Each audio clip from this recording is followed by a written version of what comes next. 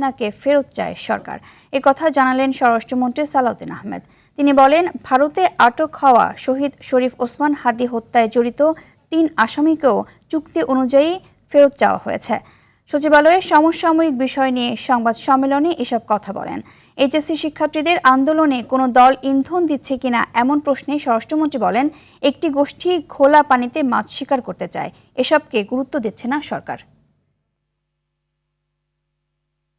আওয়ামী লীগের সংগঠন হিসাবে বিচার করার আইনানুগ প্রক্রিয়া এখন চালু আছে। যেহেতু এটা আইন পরিবর্তন করা হয়েছে, মানবতা বিরোধী অপরাধ, গণহত্যা এবং যুদ্ধ অপরাধ, এই 3টা বিষয়ে আগে ব্যক্তির বিচার করা যেত, এখন সংগঠনের বিচার করা যাবে।